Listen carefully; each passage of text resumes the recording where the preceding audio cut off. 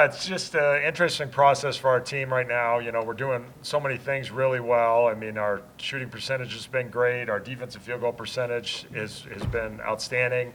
We've been a way better transition defensive team than we've been in the past, and we've really started to rebound the basketball. And we had stretches against Adams where we were really good, and then turnovers ultimately allowed them to get back in the game and cause real issues. And so, we're getting pretty close, but the turnovers are a big issue and created a competitive game. But when, the game's on the line, we take better care of the ball, and all of the things that I mentioned previously really show up late in games, and it allowed us to pull out another close one. Yeah, then looking ahead to this weekend, kind of a really important game on the horizon here. But first, you got Regis on Friday. Yeah. What do you know about these two teams, and what do you expect on the weekend as a whole? Well, obviously big challenge is that Regis took us to overtime here. I think that they got a young group, and, we play a similar style. So I do think playing against us is a little more comfortable for some of their young guys than it is some of the teams that play a different style. And so it's a big challenge for us. And quite frankly, just watching the game film against them the first time, we made a lot of mistakes, probably more mistake-prone game than certainly any game in recent memory that I can remember. So we certainly can play better than we did, and we'll need to go there on the road and win. It's a huge game, and obviously a real mental challenge with minds coming up the following day to stay focused on what we can control, which is, and we told the team we think that, a win Friday probably puts us in the NCAA tournament, and then a win Saturday puts us in the driver's seat for hosting the conference tournament. And so, we just have to take it one day at a time and keep getting better, and obviously ball security and continuing the other things that we've been doing well are going to be key for the weekend success. I talked to Coach Boucher at halftime, and the rebounding you actually at halftime against Adams was huge. And he mentioned that the guys are probably tired of you guys talking to them about rebounding and getting on the boards. Has that truly been a point of emphasis over the last 2 to 3 weeks? Yeah, I think that, this group is trying really hard to do everything we ask, and they have all year. And the mistakes they make aren't because they aren't trying. It's just part of the evolution of kind of learning how to compete against different styles of play and within what we're trying to do. And we continue to try to tweak it to fit them. And then I do think that we were not a good transition defensive team a year ago. And so I think that our focus for this group, a big part of the year was, we got to make sure we're getting whole, and because when we do, we're pretty good.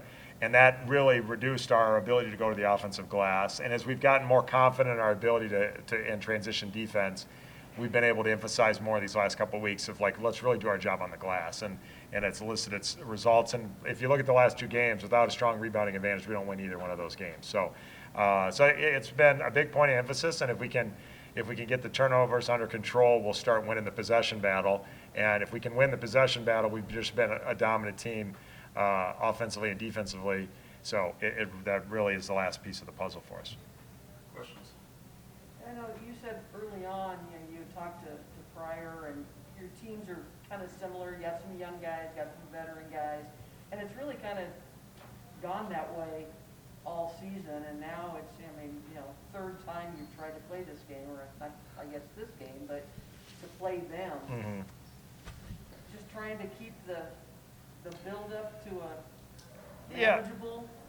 Yeah, for sure. I mean, I think that whenever you get out of the moment, you're not setting yourself up for success, and I think our guys understand that. And then for me, just kind of looking at this whole thing, I mean, my goal is we get to play them 3 times. That's my goal. Because, obviously this first one puts somebody in the driver's seat to win the regular season, and every game we've had is competitive, so we got a lot of work outside of that. But if we do a great job against everybody else, we're going to get to play them then maybe in the conference tournament. And if we do a great job through the conference tournament, and then in the early rounds of the NCAA tournament, maybe we get to play them again. And so, I think that there hopefully will be a series between the two of us, and, this will just be round 1 is the goal. Yeah. So how has I know you kind of look at things, but the matchup between these teams, and you both got all kinds of guys you can depend on. Yeah, it'll be interesting, and they really want to play 2 true post players most of the game, and we tend to play. Ethan's a little bit more of what I would say a versatile big. He's probably a natural 4. We've been playing him at the 5 all year. And then Matt Greeniker at the 4 is kind of an undersized athlete in there that could create matchup problems for us or them, depending how that matchup goes.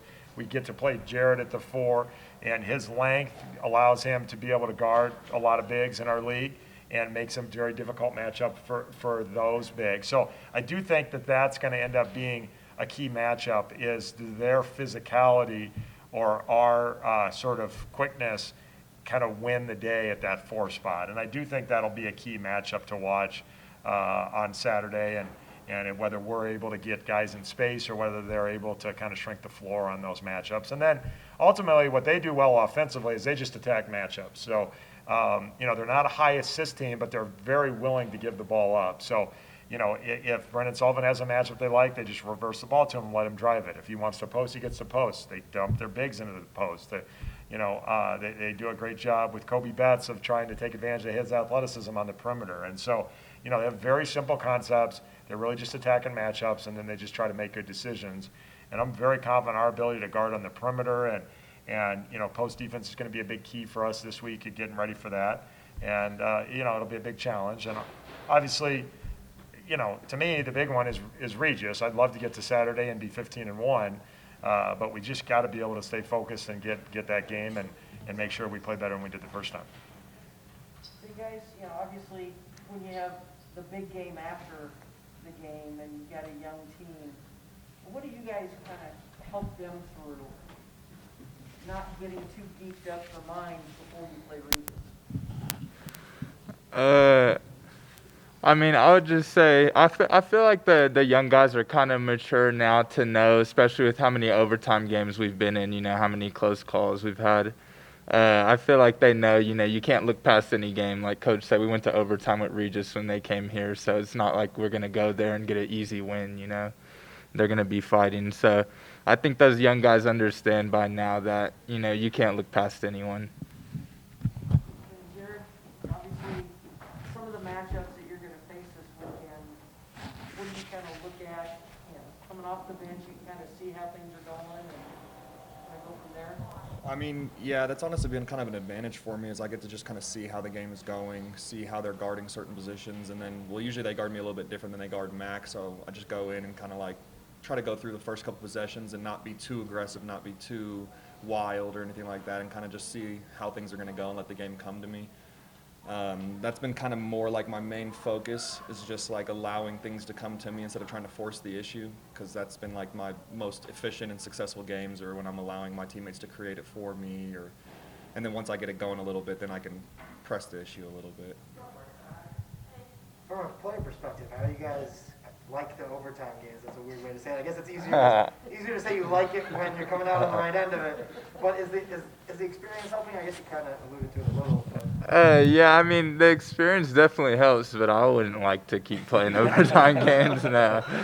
But yeah, we kind of do I would say a overtime kind of setup game type practice towards the end. And I think that's what kind of helps us get that edge in the overtime games, is because we're basically playing one every day in practice.